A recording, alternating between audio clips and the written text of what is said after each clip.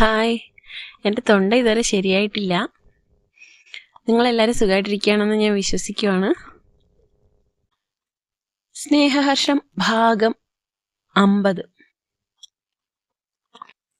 അവൻ പറയുന്നത് കേട്ട് അവൾ അന്തം വിട്ട് കണ്ണും വീഴ്ച അവനെ നോക്കി. നീ എന്താടാ ഈ പറയുന്നത്? ഞാനോ? അതെങ്ങനെ ശരിയാകും? മറ്റുള്ളവർ എന്ത് കരുതും? അതിൻ്റെ ആവശ്യമൊന്നുമില്ല. ഉണ്ട്, അത് ആവശ്യമല്ല, എൻ്റെ നിർബന്ധമാണ്. ആരും ഒന്നും കരുതില്ല. ഞങ്ങളുടെ വീട്ടിലെ ഒരു പെൺകുട്ടി ഇല്ലെന്ന് നിനക്കറിയാലോ. നീയല്ലേ പറയാറുള്ളത് അമീർക്ക നിനക്ക് സ്വന്തം ചേട്ടനെ പോലാണെന്ന്. അപ്പൊ ഇക്കാടെ പെണ്ണിന് നീ നാത്തൂനാവുന്നതിൽ എന്താ ഒരു കുഴപ്പം? എടാ നിനക്കെന്താ വട്ടാണോ? പറഞ്ഞ മനസ്സിലാക്ക്. നമ്മുടെ ബന്ധം മറ്റുള്ളവർ മനസ്സിലാക്കണമെന്നില്ല. അവർക്കൊക്കെ ഇത് അംഗീകരിക്കാൻ പറ്റുമെന്ന് നിനക്ക് തോന്നുന്നുണ്ടോ? മറ്റുള്ളവരുടെ കാര്യമൊന്നും നീ ഇപ്പോൾ നോക്കണ്ട. കുടുംബക്കാരെ കുറിച്ചൊന്നും ചിന്തിക്കുകയും വേണ്ട. എന്റെ വീട്ടിൽ ആരും അതിനെതിരെ പറയില്ല, അത് ഉറപ്പാ. എടാ, എന്നാലും എനിക്ക് വയ്യ. അർഹതയില്ലാത്തടത്ത് നിൽക്കുന്ന ഒരു തോന്നലുണ്ടാവും. സ്നേഹ വീണ്ടും മടിയോടെ പറഞ്ഞു. ഒരെന്നാലും ഇല്ല. ഞാൻ പറയുന്ന തൽക്കാലം നീ കേട്ടാ മതി. നീ ഈ അർഹതയുടെ കാര്യം മേലാ മിണ്ടരുത്. അത് പണ്ട് നിന്നോട് ഞാൻ പറയുന്നതാ. അത് പോട്ടെ, ഇപ്പൊ നിനക്കില്ലാത്ത അർഹത വേറെ ആർക്കും ഇല്ല. അത് നീ മനസ്സിലാക്കിയാ മതി. അത്ര മാത്രം ഓർത്താ മതി. രണ്ടാളും കൂടി തർക്കിച്ചു നിൽക്കുന്ന സമയത്താണ് സഫിയ മാമി പാച്ചുവിനോട് എന്തോ ചോദിക്കാനായി അവരുടെ അടുത്തേക്ക് വന്നത്. അവരെ കണ്ടതും പാച്ചു അവരോട് ചോദിച്ചു, മാമി, ഇവള് ഫസീത്തയുടെ നാത്തൂനായി നിൽക്കുന്നതിൽ വല്ല എതിർപ്പുണ്ടോ? അവന്റെ ചോദ്യം കേട്ട് ഒരു നിമിഷം ശ്വാസം എടുക്കാൻ പോലും മറന്ന് അവർ നിന്നു. പിന്നെ അവളെ നോക്കുമ്പോൾ അവരുടെ കണ്ണുകൾ നിറഞ്ഞു വന്നു. എനിക്കെന്ത് എതിർപ്പ്?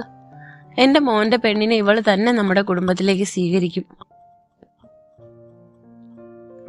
കേട്ടല്ലോ, ഇനി കൂടുതൽ ഒന്നും ചിന്തിക്കണ്ട. അവസാന വാക്കെന്നോണം അവൻ പറയുമ്പോൾ എന്ത് ചെയ്യണമെന്നറിയാതെ അവൾ നിന്നു. സ്നേഹ താലിയെടുത്ത് അമീറിന്റെ കയ്യിലേക്ക് കൊടുക്കുമ്പോൾ അവൻ ഉമ്മയെ ഒന്ന് നോക്കി. അവർ വാങ്ങിക്കോളാൻ കണ്ണു കാണിച്ചതും അവൻ അവളുടെ കയ്യിൽ നിന്ന് താലി വാങ്ങി ഫാസിജയുടെ കഴുത്തിലേക്ക് ചേർത്തു. പിന്നിൽ നിന്ന് സ്നേഹയും അമീറിന്റെ ജ്യേഷ്ഠൻ അഹദിന്റെ ഭാര്യ സെറീനയും കൂടിയാണ് കൊളുത്തിടാൻ സഹായിച്ചത്. പക്ഷെ സെറീനയുടെ മുഖം കടന്നൽ കുത്തേറ്റ പോലെ വീർത്തിരുന്നു. സ്നേഹയോട് അവളുടെ ഇഷ്ടക്കേട് പൂർണ്ണമായും പ്രകടിപ്പിച്ചില്ലേലും അവളുടെ മുഖം വീർത്തിരിക്കുന്നത് കണ്ടപ്പോൾ തന്നെ സ്നേഹയ്ക്ക് വല്ലായ്മ തോന്നി. അതോടെ അവൾ പിന്നിലേക്ക് മാറി. അത് കണ്ട സഫിയ അവളെ കയ്യിൽ പിടിച്ചു നിർത്തി. നീ എങ്ങോട്ടാ? ഇവിടെ നിൽക്ക്. ആന്റി, അത് നിങ്ങൾക്ക് എല്ലാവർക്കും എന്നോട് ഒരുപാട് ഇഷ്ടമുണ്ടെന്നറിയാം. അത് പ്രൂവ് ചെയ്യാൻ വേണ്ടി ഇതിൻ്റെ ഒന്നും ആവശ്യമില്ല. ഇതൊന്നും ഇല്ലേലും എനിക്ക് നിങ്ങളെല്ലാരെയും ഒത്തിരി ഇഷ്ടാ, അവൾ പതിയെ അവരോട് പറഞ്ഞു. ഒന്നും പ്രൂവ് ചെയ്യാൻ വേണ്ടിയിട്ടല്ല, നിനക്ക് അവകാശപ്പെട്ടിടത്ത് തന്നെയാ നിൽക്കുന്നതെന്ന് കരുതിയാൽ മതി. നീ ഇവിടുന്ന് ഇപ്പോൾ എങ്ങോട്ടും പോകുന്നില്ല. അതോടെ അവൾക്ക് വീണ്ടും അവിടെ തന്നെ നിൽക്കേണ്ടി വന്നു. അവിടെ നിന്നങ്ങോട്ട് മുഴുവൻ സമയവും അവൾക്ക് അവരുടെ കൂടെ എല്ലാത്തിനും മുന്നിൽ തന്നെ നിൽക്കേണ്ടതായും വന്നു. ഇടയ്ക്കിടെ അവളുടെ മിഴികൾ ഹർഷിനെ തേടി ചെന്നു. അപ്പോഴൊക്കെയും പരിഭവത്തിന്റെ ഇഴകൾ ചേർത്ത് വെച്ച നോട്ടങ്ങൾ അവൻ അവൾക്ക് കൈമാറി. അവന്റെ നോട്ടത്തിലെ പരിഭവത്തിന്റെ അലകളെ അവൾക്ക് മനസ്സിലായെങ്കിലും നിസ്സഹായത നിറഞ്ഞൊരു നോട്ടം തിരികെ നൽകാനല്ലാതെ അവൾക്കൊന്നിനുമായില്ല. അമീറിനും കൂട്ടുകാർക്കുമൊപ്പം ഫുഡ് കഴിക്കാൻ ഇറങ്ങിയത് അവസാന പന്തിയിലായതിനാൽ വലിയ തിരക്കുണ്ടായിരുന്നില്ല. ഫുഡ് കോർട്ടിലേക്കുള്ള സ്റ്റെപ്സ് ഇറങ്ങുമ്പോൾ സ്നേഹ ആദ്യം നടത്തം പതിയെയാക്കി. പിന്നീട് നിന്ന സ്റ്റെപ്പിൽ നിന്നും പിറകിലേക്ക് കയറി. ഫുഡ് കഴിക്കാനായി താഴേക്ക് വരികയായിരുന്ന ഹർഷിന്റെ അരികിലെത്തി അവന്റെ കൈയിലേക്ക് കൈകോർത്തു.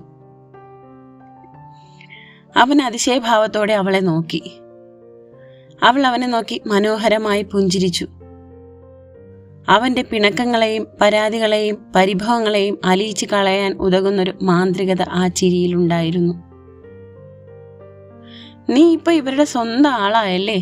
നിന്നൊന്ന് അടുത്ത് കിട്ടണല്ലേ ഞാൻ തപസ്സിരിക്കണമെന്ന പോലെ ആയല്ലോ പെണ്ണേ.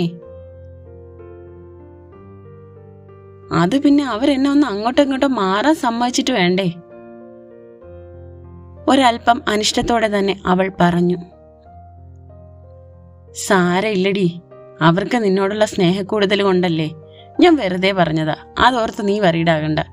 നീ ഇപ്പൊ വാ വെണ്ണേ, നമുക്ക് ഒരുമിച്ച് കഴിക്കാം. അമ്മയുടെയും ഏട്ടൻ്റെയും ഒക്കെ ഒപ്പം അഭിയും നീലവും ജന്മയും ഒക്കെ കഴിച്ചു. ഞാൻ നിന്നെ നോക്കി നിന്നതാ. അപ്പൊ ഞാൻ അവരുടെ കൂടെ പോയിരുന്നേലോ? അവൾ കുസൃതി ചിരിയോടെ ചോദിച്ചു. പോയാലെന്താ, ഞാൻ ഒറ്റയ്ക്ക് പോയിരുന്നു കഴിക്കും. അല്ലെങ്കിൽ നമ്മുടെ ഫർസാനയില്ലേ, അവളുടെ കൂടെ ഇരുന്ന് കഴിക്കും. ഹർഷ അവളെ ഒളി കണ്ടിട്ട് നോക്കിക്കൊണ്ടാണ് പറഞ്ഞത്. ഓ പിന്നെ കഴിക്കും, കൊല്ലും ഞാൻ രണ്ടിനെയും. അവൾ അവന്റെ വയറ്റിൽ പിച്ചിക്കൊണ്ട് പറഞ്ഞു. അവൻ വേദന കൊണ്ട് വിളിച്ചുപോയി. പിന്നെ ചുറ്റും നോക്കി പരിസരബോധം വന്നിട്ടെന്ന പോലെ പെട്ടെന്ന് ശബ്ദം താഴ്ത്തി. നിനക്കിപ്പോ ഇത്തിരി കൂടുന്നുണ്ട്. ഇതെല്ലാം കൂടി ചേർത്ത് ഒരുമിച്ച് നിനക്ക് ഞാൻ തരുന്നുണ്ട്. അപ്പൊ പൊന്നുമോള് ചിലപ്പോ താങ്ങിയെന്ന് വരില്ല. ഓ പിന്നെ. അവന്റെ ഭീഷണിയെ പുച്ഛിച്ചു തള്ളിയിട്ട് അവനെയും വലിച്ചുകൊണ്ടവൾ ഒരു മേശയ്ക്കടുത്തേക്ക് ചെന്ന് അടുത്തടുത്തായിട്ട 2 കസേരകളിലൊന്ന് അവന് നീക്കിയിട്ട ശേഷം ഒന്നിലേക്ക് അവളും ഇരുന്നു. അവന്റെ തോളോട് തോൾ ചേർന്നിരുന്ന് ചോറ് വാരി കഴിക്കുമ്പോൾ ഉള്ളിൽ നിറയുന്ന ആനന്ദത്തിന് എന്ത് പേരിട്ട് വിളിക്കണമെന്ന് അവൾക്കറിയില്ലായിരുന്നു. അവനോടൊപ്പമുള്ള ഓരോ നിമിഷവും ഒരു സ്വപ്നത്തിലെന്ന പോലെയാണ് അവൾക്ക് തോന്നാറുള്ളത്. അത്രമേൽ അവൾ അവനെ സ്നേഹിക്കുന്നുണ്ടായിരുന്നു. പരസ്പരം സ്നേഹിക്കുന്നതിൽ ആരാണ് മുന്നിലെന്ന് എപ്പോഴും അവർ മത്സരിച്ചുകൊണ്ടേയിരുന്നു. ഈ പാച്ചുവിന് എന്താടി പറ്റിയത്? ഹർഷന്റെ ചോദ്യം കേട്ടാണ് സ്നേഹ അവനിരിക്കുന്ന ഭാഗത്തേക്ക് നോക്കിയത്. ഒരു നല്ല കാര്യം നടക്കുന്നതിന്റെ യാതൊരു സന്തോഷവും അവന്റെ മുഖത്തില്ല. ഈ കല്യാണത്തിൽ അവൻ എന്തെങ്കിലും പ്രോബ്ലം ഉണ്ടോയെന്ന് ഒരു വേള അവൾ ചിന്തിച്ചു. അവൻ ആഹാരത്തിന് മുന്നിൽ ഇരിക്കുന്നു എന്നേ ഉള്ളൂ, കാര്യമായി ഒന്നും കഴിക്കുന്നില്ല.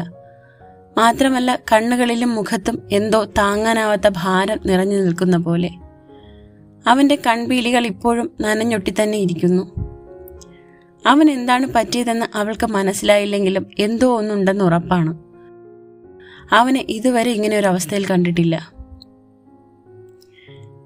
എന്തെന്നറിയില്ല, അവൻ എന്തോ പറ്റിയിട്ടുണ്ട്, അതെനിക്കും തോന്നിയതാ, അവൾ ആലോചനയോടെ പറഞ്ഞു. കഴിഞ്ഞ 2 രാത്രികളിലും അവൻ മുറിയിലേക്ക് വന്നിട്ടില്ല. ഞാൻ ചോദിച്ചപ്പോൾ അയാന്റെ കൂടെ ആയിരുന്നു എന്നാ പറഞ്ഞത്. അത് പറയുമ്പോൾ അവന്റെ മുഖത്ത് തന്നെ എഴുതി വെച്ചിട്ടുണ്ടായിരുന്നു പറയുന്നത് കള്ളമാണെന്ന്. അവൻ എന്തിനാവും മാഷിനോട് അങ്ങനെ കള്ളം പറഞ്ഞത്? അവൻ എന്തോ പറ്റിയിട്ടുണ്ടെന്നുള്ളത് ഉറപ്പാ. ഇന്നലെ എന്നെ കെട്ടിപ്പിടിച്ച് കുറേ കരഞ്ഞു. കരയുന്നതിനിടയിൽ എന്തൊക്കെയോ പുലമ്പുന്നുണ്ടായിരുന്നു. എനിക്കാണേലും ഒന്നും അങ്ങോട്ട് പിടി കിട്ടിയതുമില്ല. അവൾ കഴിഞ്ഞ ദിവസത്തെ സംഭവം ഓർത്തെടുത്ത് പറഞ്ഞത് കേട്ട് ഹർഷ് പുരികം ചുളിച്ച് ആലോചനയിൽ മുഴുകിയിരുന്നു. പിന്നെ ഒരെത്തും പിടിയും കിട്ടാത്ത പോലെ അവളോട് കൈമലർത്തി കാണിച്ചു. എന്തായാലും തിരക്കുകൾ കഴിഞ്ഞ് അവനോടൊന്ന് സംസാരിക്കണം. സ്നേഹ പറഞ്ഞതിനോട് ഹർഷം തലകുലുക്കി യോജിച്ചു.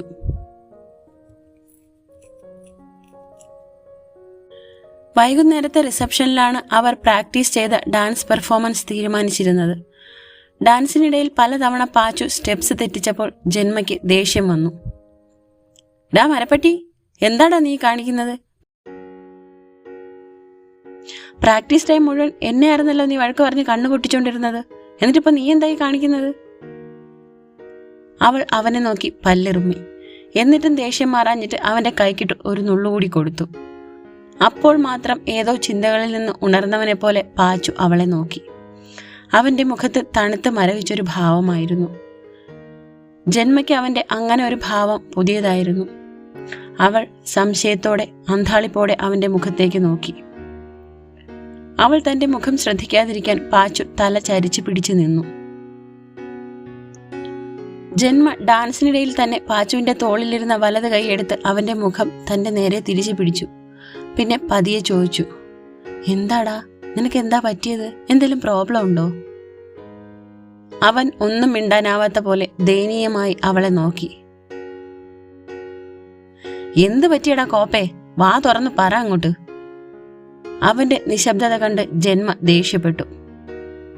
ഞാൻ പറയാം, ഇപ്പോഴല്ല, പിന്നീട്. ആദ്യം എനിക്കിതേ അവളോട് സംസാരിക്കണം. ഹർഷിനൊപ്പം ഡാൻസ് ചെയ്യുന്ന സ്നേഹയിലേക്ക് നോട്ടം പായിച്ചുകൊണ്ട് പാച്ചു പറഞ്ഞു.